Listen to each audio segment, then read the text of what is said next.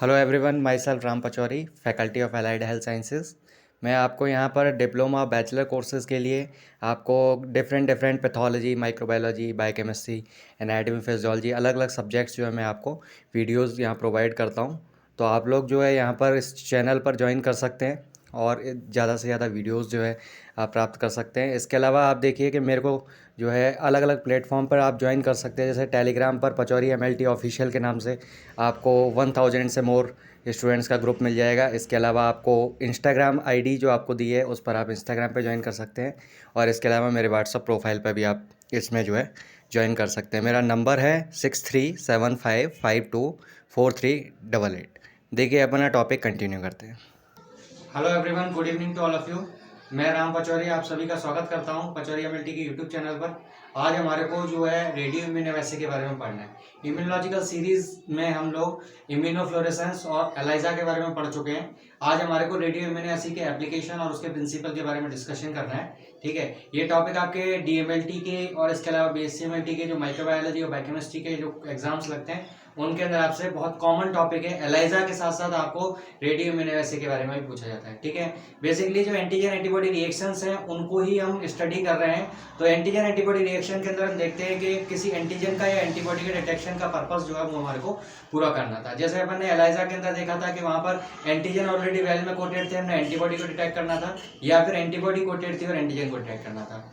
और वहीं पर अपन ने इम्यूनोफ्लोरेसेंस के अंदर क्या किया था, हमारे को फ्लोरेसेंट डाई का इस्तेमाल करके हमने जो है एंटीजन को डिटेक्ट किया था। आज हमारे को क्या करना है कि रेडियो इम्यूनोएसे के अंदर रेडियो आइसोटोप्स का इस्तेमाल करके एंटीजन एंटीबॉडी रिएक्शन को डिटेक्ट करना है। तो अपन देखते हैं इसके अंदर कि रेडियो इम्यूनोएसे का जो है कैसे हम इसको इस्तेमाल करते हैं, कैसे यूज करते हैं, इसका क्या मतलब होता है। तो देखिए, जैसा कि नाम से अपने को पता लग रहा है, रेडियो का मतलब रेडियो एक्टिव कंपाउंड या रेडियो एक्टिव आइसोटोप, और इम्यूनो का मतलब है एंटीजन एंटीबॉडी रिएक्शन। तो हमारे को एंटीजन एंटीबॉडी रिएक्शन को जो है डिटेक्ट करने के लिए क्या करना है, रेडियो आइसोटोप्स का इस्तेमाल करना है। ठीक है, 1959 के अंदर सबसे पहले सॉलमन, बेंसन और रोजेलिन ने इंसुलिन को डिटेक्ट करने के लिए सबसे पहले रेडियो इम्यूनोएसे का इस्तेमाल किया था। तो ये कुछ साइंटिस्ट थे जिनके द्वारा जो है इंसुलिन को डिटेक्ट किया गया था रेडियो इम्यूनोएसे टेक्निक के जरिए। ठीक है, इसके बाद अगर हम प्रिंसिपल की बात करें तो बेसिकली ये कॉम्बिनेशन है रेडियो एक्टिविटी ऑफ आइसोटोप का इम्यूनोलॉजिकल रिएक्शंस के साथ में एंटीजन एंटीबॉडी कॉम्प्लेक्स का। ठीक है, यानी कि जो एंटीजन एंटीबॉडी कॉम्प्लेक्स बन रहे हैं इम्यूनोलॉजिकल रिएक्शन में, उनका एक कॉम्बिनेशन है जो हम यहाँ पर स्टडी करते हैं। ठीक है, तो ये क्या है, बेसिकली कंपटीशन पर बेस्ड है कि आपका जो नॉन लेबल्ड एंटीजन है और लेबल्ड एंटीजन जो कि आपन ने रेडियो आइसोटोप से हमने जो क्या कर रखा है उसको लेबल कर रखा है, उन दोनों के बीच में एक कंपटीशन है जो होता है इसके अंदर। इसके अंदर देखिए, ये तो अपना हो गया। इसके जो है प्रोसीजर की अगर हम बात करें तो प्रोसीजर में क्या करना होता है कि पहले हमारे को जो है पर्टिकुलर जिस एंटीजन को डिटेक्ट करना है उसके हमारे को किट बनाने होते हैं। तो किट के लिए क्या करते हैं कि अपन ऑलरेडी एक वेल ले लेते हैं, उन वेल के अंदर हम क्या करते हैं एंटीजन पर्टिकुलर जो एंटीबॉडी है उसको हम क्या करते हैं वेल के अंदर कोटेड कर देते हैं, और उसके लिए जो एंटीजन हमें डिटेक्ट करना है उस स्पेसिफिक एंटीजन को रेडियो लेवल्ड आइसोटोप के द्वारा क्या कर दिया जाता है, हम क्या करते हैं उसको लेबल कर देते हैं। तो मान लीजिए सपोज ये एक्स एंटीजन है, तो इसको हम क्या करेंगे रेडियो लेवल्ड आइसोटोप के द्वारा हमने क्या कर दिया, इसको जो है लेबल कर दिया, लाइक आयोडीन 125 या आयोडीन 135। ठीक है, अब देन इसके बाद हमने कोड कर दिया ये आपका वेल है जिसके अंदर ऑलरेडी जो है एंटीबॉडीज प्रेजेंट है। ठीक है, हमने रेडियो लेबल्ड एंटीजन को क्या किया, ये जो रेडियो लेबल्ड एंटीजन है इसको एंटीबॉडी के साथ क्या कर दिया, बाइंड कर दिया। अब इसके बाद जब हम पेशेंट का सीरम हम इसमें ऐड करेंगे, जैसे लिखा है for the detection of antigen x it is tied with the radio labelled isotope and respective antibody well is prepared, यानी कि हमारे को उसके रेस्पेक्टिव एंटीबॉडी के वेल प्रिपेयर करने हैं। देन इसके बाद हमारे को क्या करना है, पेशेंट का सीरम उसके अंदर ऐड करना है जिसके अंदर नॉन लेबल्ड एंटीजन प्रेजेंट है, यानी कि उसमें कोई लेबलिंग हमने नहीं कर रखी है, हमें नहीं पता कि पेशेंट के सीरम के अंदर एंटीजन प्रेजेंट है या नहीं। ठीक है, तो हमने उसको ऐड किया।